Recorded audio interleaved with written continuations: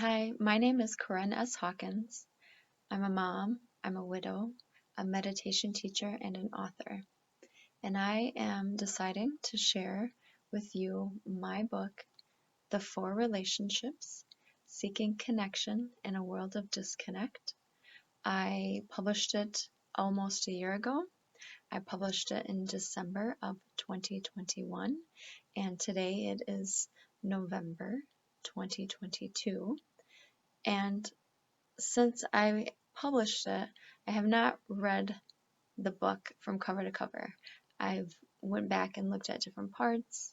I've quoted it in different posts I've done and different things that I've shared, but I haven't read it cover to cover, and I'm feeling like I just want to share it with people. I want people to read it or to listen to it. I think I hope there's some goodness in here for you. And so thank you for showing up and listening today. Because I haven't read it from cover to cover, and I am almost a year removed from writing it, there might be some parts in it that draw up emotion for me. I'm really not sure. So I'm just going to be natural about reading it and not try to be super polished or anything. So I hope you enjoy. The Four Relationships: Seeking Connection in a World of Disconnect by Korinn S Hawkins. For Corey, the hero of my heart. Love you forever. That's my husband that passed away. Oh, I should read the back. I'll start there. We all go through times of uncertainty. These times push at you and challenge you in uncomfortable ways. In the discomfort, it can be easy, inviting even, to detach, especially when so much in the world seems to already be disconnected. But being disconnected with your life does not serve you. It is not how you are meant to be living. In fact, it goes against the very nature by which you were created to live, in relationship, through connection.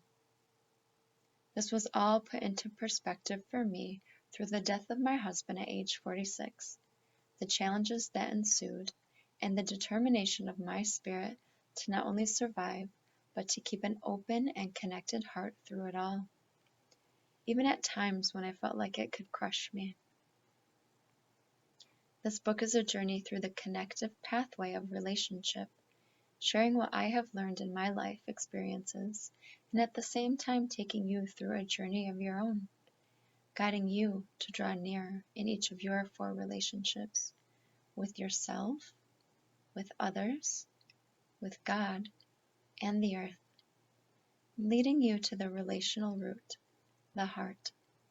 It is the four together that make up the fullness of living.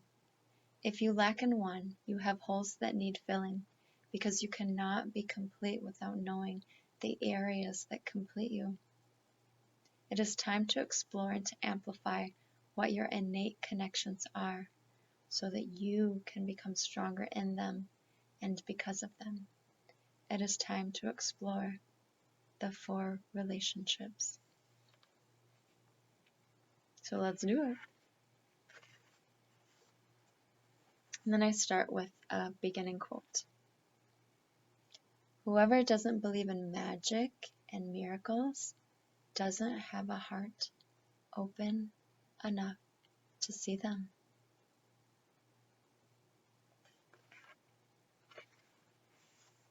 And a letter now to you, the reader, dated September 8th, 2020.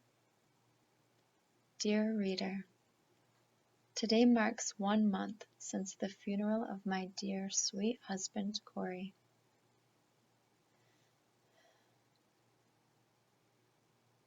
It has been 5 months since he passed away, and 6 months since he entered the hospital with pneumonia.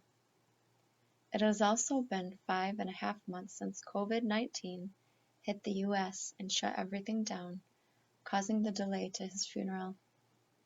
It seems that during this time, not only have I entered into a period of being disconnected from my life, but the whole world is also in a phase of disconnection.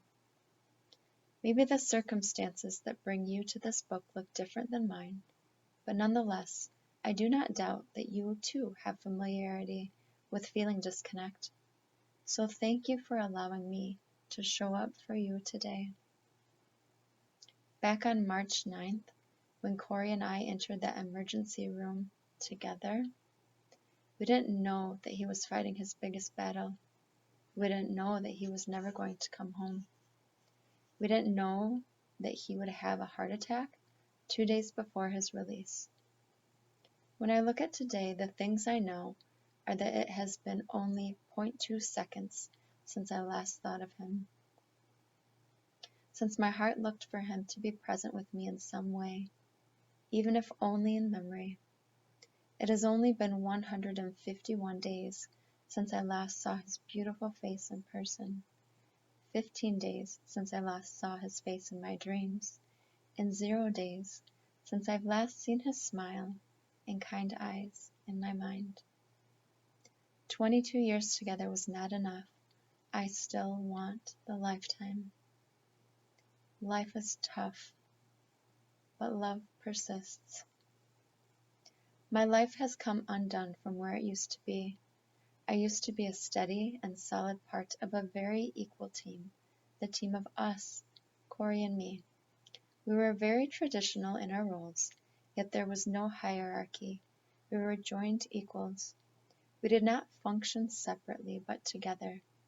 Corey worked hard for our family out of the home, and I worked hard for our family in the home. I also held a part-time job running my business as an energy therapist. Together we were strong and secure. All that strength and security feels gone. Now I'm the last person standing, and all the weight that was easily distributed between two is now carried by one, me. So what now? What am I supposed to do with the rest of my life that was supposed to be our life? I feel like such a discombobulated mess.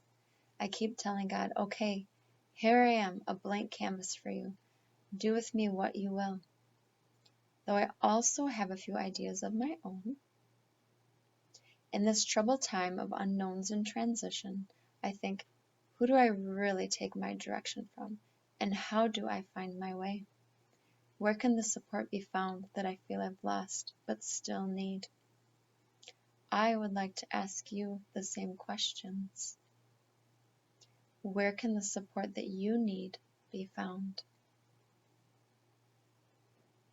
When you feel challenged or lost, who will fill in as the other part of your team? Who can be in partnership with you in your journey? Who will help you paint that blank canvas, coloring in the lines of the rough sketch of your life? First things first, you have to want helpers. If you have picked up this book and are curious about exploring the relationships in your life so that you can feel more connected to the life you are living, then trust that there is good company to come. Trust that there are pieces of the puzzle yet to be seen and skills yet to be learned. Very rarely does a person walk a path that no one else has walked before.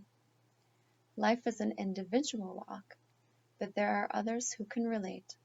There are other sources to take direction from in navigating the difficult unknown.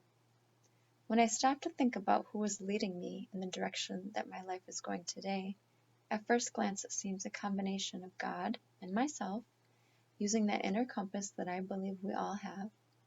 But with a closer look, I see that I also take direction from the people in my life. People are relational, and so others do affect us. Our loved ones, mentors, neighbors, friends, and children help form and guide our decisions every day.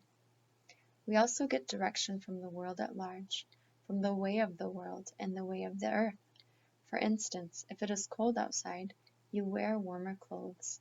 Or in relation to the time I'm writing this, if you are in a pandemic, you wear a mask.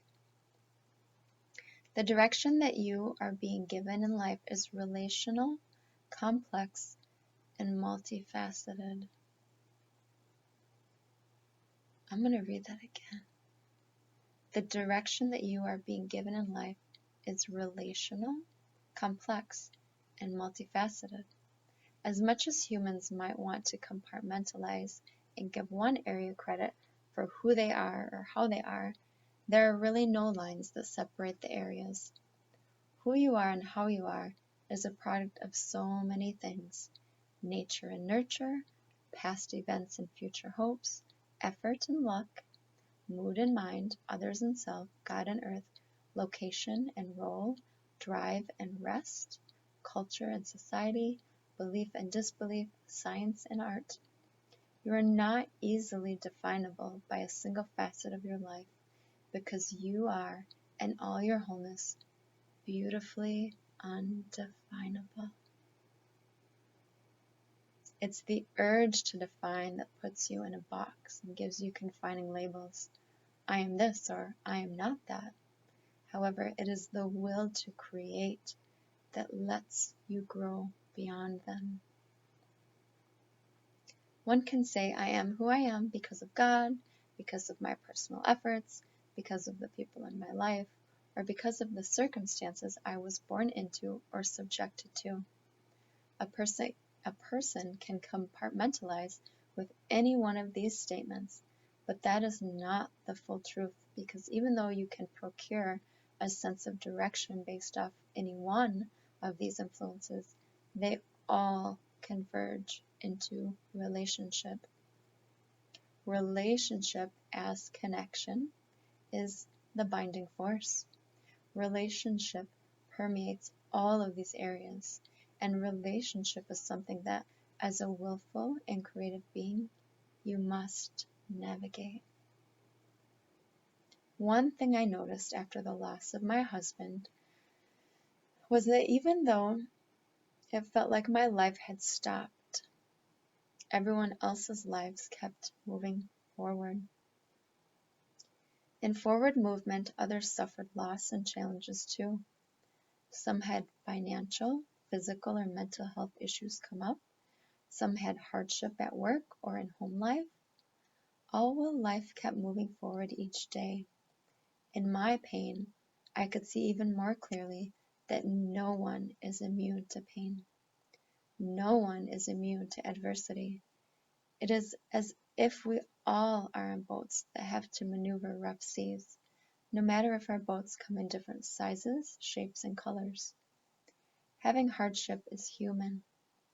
How you respond to it is what makes it bearable or unbearable. In my own life, I have seen an underlying truth that connection soothes hardship, while disconnect deepens its burden. Could it be that we are all the same in this regard? Separation hurts, connection soothes. I will ask you, is disconnection intensifying your hardships? Might connection soothe it? This book will lead you through an inner and outer journey along the pathway of relationship. It is written to help you gain understanding and take action. It takes you through each of the 4 relationships with God, self, others, and earth. And it leads you to the relational root, the heart. It is these 4 relationships together that make up the fullness of living. If you lack in having connection in one of these relationships, the lack reaches out across the others. This is why gaps that are missing need filling, because you cannot be complete without having connection to that which completes you. What you will discover through this book is that the inner and outer journey, though 2 seemingly different directions, are really one thing: a pathway to openness. The first 2 chapters invite you into a space of looking with new eyes to see the dimensionality of connection, so that you can experience it in a deeper way. From there, you will dive into 4 consecutive chapters, each one focusing on one of the 4 relationships: self, others, God, and earth. The last 2 chapters focus on bringing it all together and giving you a plan to move forward. I will share my life with you along the way, but my bigger aim is to support you in connecting to your own life. There are 2 ways to get in touch with yourself that are the foundation of this book: experience and knowledge. Being self-aware in your experience of yourself educates you, and gaining knowledge educates you too. Both give perspective and tools to use for living and growing. The self-experience sections in this book are called awareness exercises, and the self-knowledge sections are called time for insight. I highly recommend that you get a journal or notebook to write your reflections in. This may be especially helpful to look back at when you approach the end of the book and the torch is passed to you to spread a light of openness in your life. The torch you will carry forward comes in the form of a strategic plan that you will create in the final chapter. This vision will give you a game plan for building relationship and soothing your life, and its challenges through increased heart connection. As I sit in my sunroom writing this letter of today, addressed to the you of tomorrow, I glance down and notice that my cup of tea has a little tag with a bit of wisdom offered. I hold it between my fingers and read what it says. I smile to myself, feeling a pregnant pause of so much more going on under the surface of me jumping into this project. This is how the world speaks to me. This is how my life speaks to me, in little winks, nudges, and inner feelings, calling me to pay attention. So much is held in just a moment. I can feel it. Every facet of connection can be so beautifully woven into the big events of our lives, but also into the mundane ones. Mundane like reading this tea bag, which says, "Give happiness and you will end up happy." How simple and yet how deeply true. Give happy to get happy sounds so deliciously uncomplicated. As human beings, sometimes it is easy to forget the value of simplicity and the purity in it. People are beautiful and purposefully complex, yet our complexity can confuse and complicate. Perhaps instead of being so complex, it would be helpful to be a little bit simpler in your direction in life, like this tea bag quote. Get back to the basics. Get back to the center, to the core, to the heart. The heart is all about connection, and connection is the vehicle for relationship, as you must connect to relate. The joy of relationship is also connection. Connection is both the means and the medicine, synonymous to what the tea bag wisdom is saying. Be giving, and the giving will give to you. Be giving to God, be giving to yourself, be giving to others, and for heaven's sake, be giving to the earth. Now, I invite you to give yourself time and give each of these 4 relationships attention and openness, and see what is given to you in return. With a sincere heart, Korinn.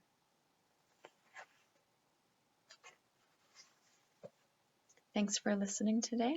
I'll be back another day to read you Chapter 1.